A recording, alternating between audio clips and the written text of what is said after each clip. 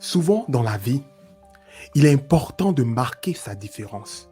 Il est important de marquer que nous sommes uniques, que nous ne faisons pas la même chose que les autres, que malgré le succès, que malgré tout ce que les autres peuvent avoir, nous sommes différents, que nous allons à notre propre rythme, que nous ne sommes pas des poupées, que nous ne sommes pas des personnes qui suivent la masse.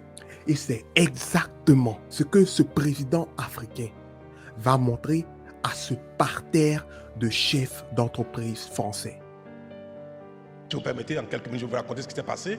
Vous allez comprendre pourquoi. Parce qu'on nous fait souvent ce grief un peu dans le monde, que le régime actuel s'est attaqué aux acquis démocratiques. Quand je suis arrivé en 2016, nous avons eu une séance avec les partenaires sociaux au sujet des revendications des salariés du public. Et ils avaient des exigences démesurées. Et je leur ai dit, vous regardez dans l'assiette, on n'a pas les moyens de satisfaire vos exigences. Le Bénin est un petit pays, nous collectons peu d'impôts, la pression fiscale est très faible par rapport au PIB. Je n'aime pas beaucoup ce mot pression fiscale, je préfère dire la contribution nationale fiscale. Trop faible. Mais ils disent, on n'en a rien à faire, monsieur le président, si vous ne le faites pas, le pays sera paralysé. Je dis, je ne pense pas. À la fin de la séance, un des syndicalistes me dit, monsieur le président, vous allez finir par céder. Je dis, mais je vais bien, puisque j'aurai les moyens, dès que les moyens seront là, nous allons céder. Il me dit non. Quand il commencera par avoir des morts dans les hôpitaux, dans les maternités, monsieur le président, vous allez céder. Je le regarde, je dis, ben, la séance est levée.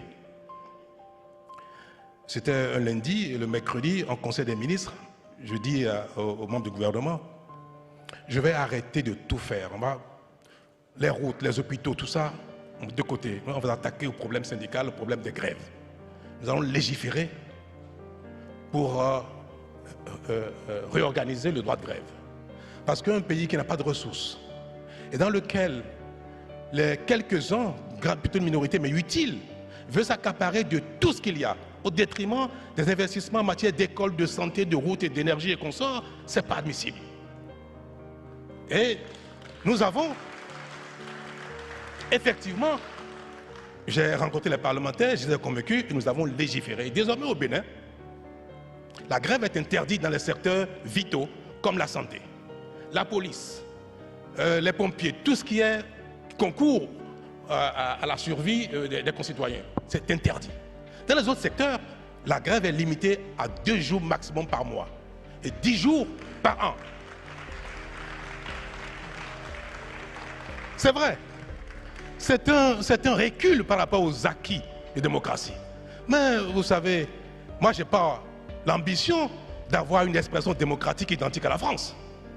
Je vais vous dire pourquoi. Je vois des gens qui sont choqués. Je vais vous dire pourquoi. Quand un pays comme la France, l'Italie, les États-Unis consorts sont des pays construits, organisés, structurés, et que la plupart des fondamentaux sont acquis, l'expression démocratique peut flirter avec l'anarchie. C'est pas grave, ça ne compromet pas la survie du pays. Moi j'ai vu ici les gilets jaunes. J'ai vu combien ils ont été très agressifs, très forts dans leurs revendications.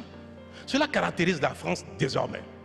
Nous sommes dans un pays, où, vous me permettez, où les gens votent pour élire un président, des parlementaires, pour légiférer, pour exécuter un programme pour lequel les gens ont été élus. Mais au même moment, chacun conteste à l'élu le droit d'agir tout seul.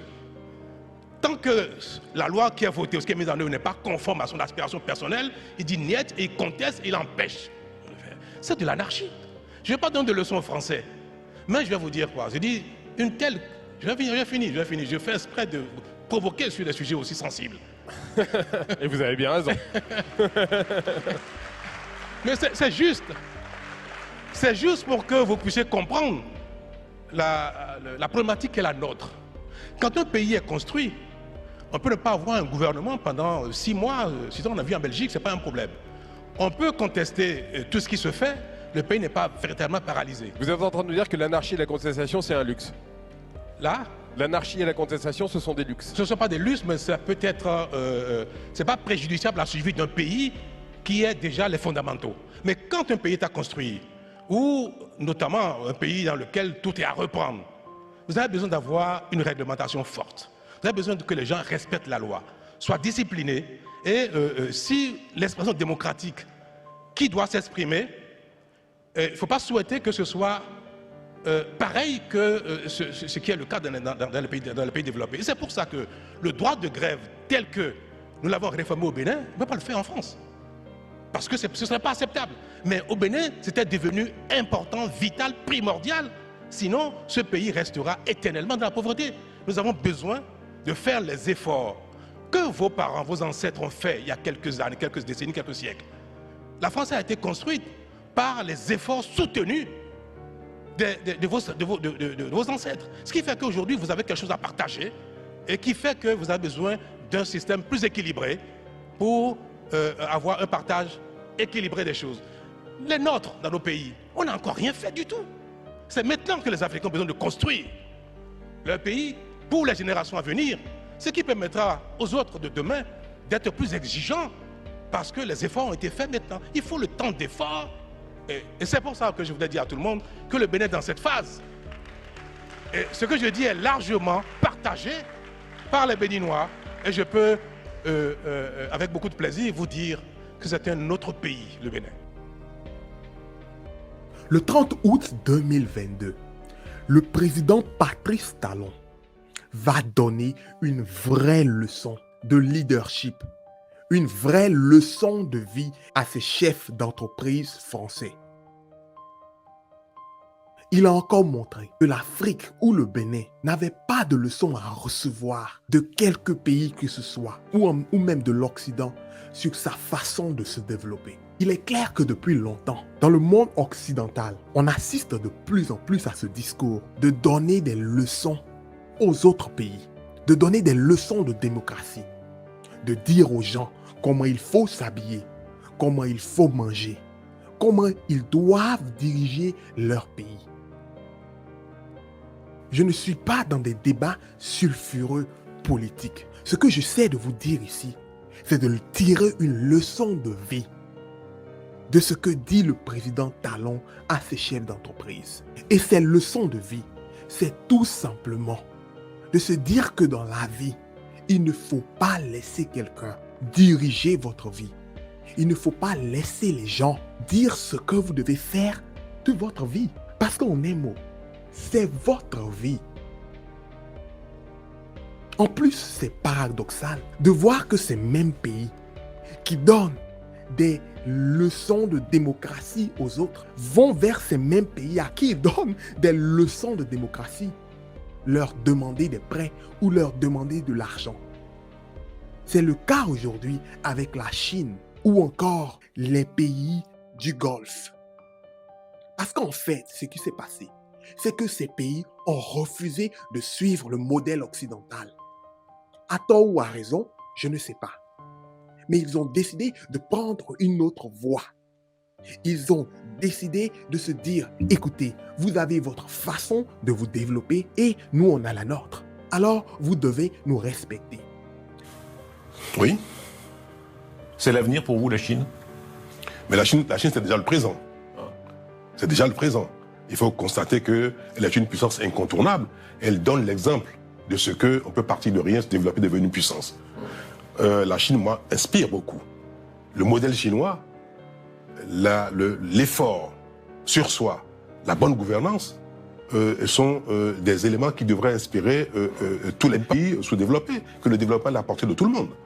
Monsieur le Président, je me permets de vous rappeler que c'est aussi une dictature qui viole les droits humains de manière tellement massive, c'est un système tellement dictatorial sur sa propre population. Vous dites ça m'inspire.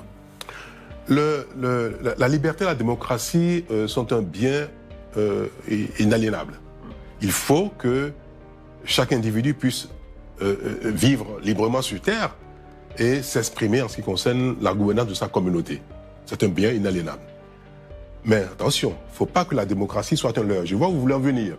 Parce que on reproche à certains pays africains de ne pas suffisamment promouvoir la démocratie, la liberté, le droit de l'homme. On reproche à la Chine de ne pas suffisamment promouvoir le droit de l'homme, la démocratie. Moi, je dis une chose. Si il y a de la démocratie sans bonne gouvernance, c'est aussi grave que le défaut de démocratie. Et c'est pour ça que le développement socio-économique est un impératif autant que la démocratie et la liberté sont des impératifs. Quand on parle de l'Occident, vous avez parfois des réserves, de la Russie, vous avez des réserves très importantes. Je rappelle, vous avez condamné l'invasion de l'Ukraine. Sur la Chine, votre premier mouvement n'est que positif. Est-ce que c'est révélateur de l'avenir, c'est-à-dire l'immense puissance démographique chinoise et l'immense puissance démographique africaine sont appelées à être, d'une certaine manière, un avenir du monde? Est-ce que vous n'avez pas l'impression qu'il y a 20 ans, il y a 10 ans, il y a aujourd'hui, les choses ont beaucoup bougé en Chine? Est-ce que vous avez vraiment l'impression que, au plan de la liberté, de la démocratie, que rien n'a bougé en Chine depuis 30, 40, 50 ans? Ça s'améliore beaucoup, mais ça, c'est pas... On verra, on multipliera les reportages. Moi, je suis dans la charge et je peux vous dire combien, parfois, la bonne gouvernance peut heurter, en apparence, la promotion de la démocratie ou de la liberté. Parfois, c'est très difficile. Quand on a des mauvaises habitudes communautaires. Quoi qu'il en soit, ce sentiment, c'est parfois une angoisse en Occident, que l'avenir sera toujours plus africain, chinois, brésilien, indien et de moins en moins français, allemand, danois.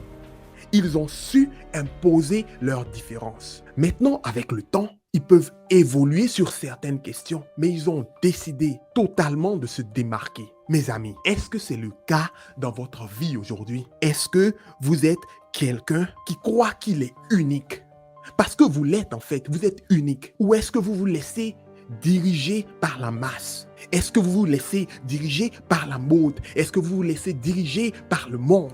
Ou est-ce que vous êtes conscient que vous êtes spécial? Que personne ne peut diriger votre vie à votre place? Mais il ne s'agit pas ici de dire que vous devez ignorer les avis des autres, mais que ces avis ne doivent pas s'imposer à vous. Alors si tu regardes cette vidéo, j'aimerais te dire aujourd'hui que ta vie ne doit pas être vécue en fonction de ce que les gens font, en fonction de ce que les gens ont fait de leur vie ou de leur réussite. Parce que chacun va à son rythme. Il y a un proverbe qui dit, quelle que soit la longueur de la nuit, le jour viendra. Alors, vous ne devez pas être influencé négativement par les exploits des autres. Cela doit plutôt vous inspirer à faire mieux de votre vie. Si vous voulez aussi savoir comment fermer vos deals, je vous invite à regarder la vidéo qui s'affiche maintenant.